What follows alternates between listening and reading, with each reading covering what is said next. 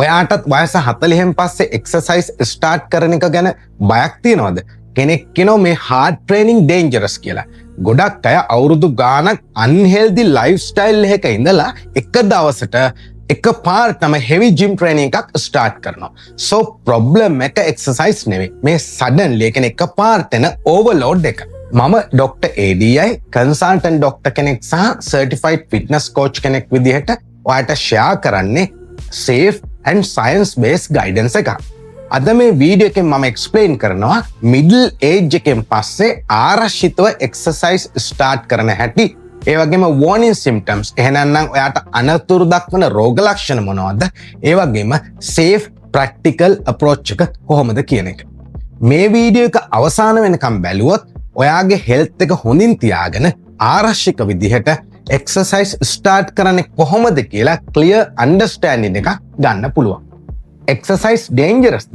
මුලින්ම කියන්න ඕන එක්සර්සයිස් ඩේන්ජරස් නෙවෙයි. ඇත්තටම එක්සර්සයිස් නොකරින් එක තමයි ලොකුම අවදානම. රෙගියුලර් එක්සර්සයිස් ඔයාගේ heart health එක හොඳ තත්ත්වයට පත් කරනවා. ඔයාගේ දියවැඩියා අවදානම අඩු කරනවා. ඔයාගේ අධිරුධිර පීඩනය කන්ට්‍රෝල් කරන්න උදව් කරනවා. ෆැට් ලොස් එකට සපෝට් කරනවා. ඔයාගේ මසල් එක තියාගන්න උදව් කරනවා. long term mobility එක improve කරනවා. හැබැයි එකපාරටම very high intensity ඒ කියන්නේ hard training එකක් කරොත් problem එක තියෙන්නේ අන්න එතන. hidden heart disease. සමහර අයට heart එකේ ලේ නාලවල කුඩා වීම එහෙම නැත්නම් අවහිරතා තියෙන්න පුළුවන්. හැබැයි everyday life එකේදී ඒ කියන්නේ මේ දිනපතා ගෙවන life එකේදී රෝග ලක්ෂණ නැති වෙන්න පුළුවන්. නමුත් එහෙම කෙනෙක් එකපාරටම heavy training එකක් කරොත් heart එකට අවශ්‍ය ඔක්සිජන් ප්‍රමාණය එකපාරට වැඩි වෙනවා. ඒක ඔයාට පපුවේ කැක්කුමක්, ඒ වගේම heart එකේ රිදම් එකේ වෙනස් වීමක්, ඒ වගේම heart attack එකක් වගේ තත්ත්වයන් ඇති කරන්න පුළුවන්.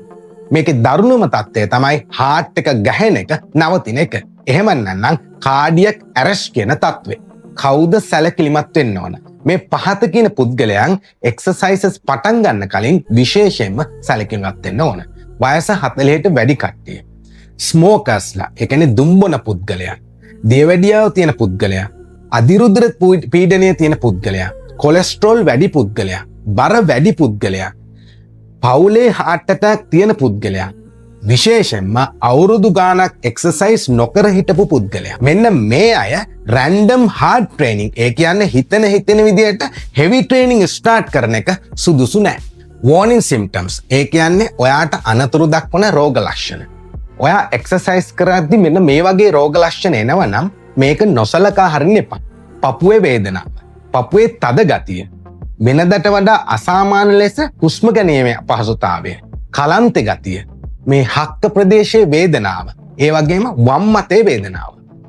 ස්පෙෂලි එක්සර්සයිස් එක්ක මෙන්න මේ වගේ රෝග ලක්ෂණ වෙනව නම් ඔයා වෛද්‍ය උපදෙස් ගැනීම අත්‍යවශ්‍යයි. ආරක්ෂිතව එක්සර්සයිසස් ස්ටාර්ට් කරන්නේ කොහොමද?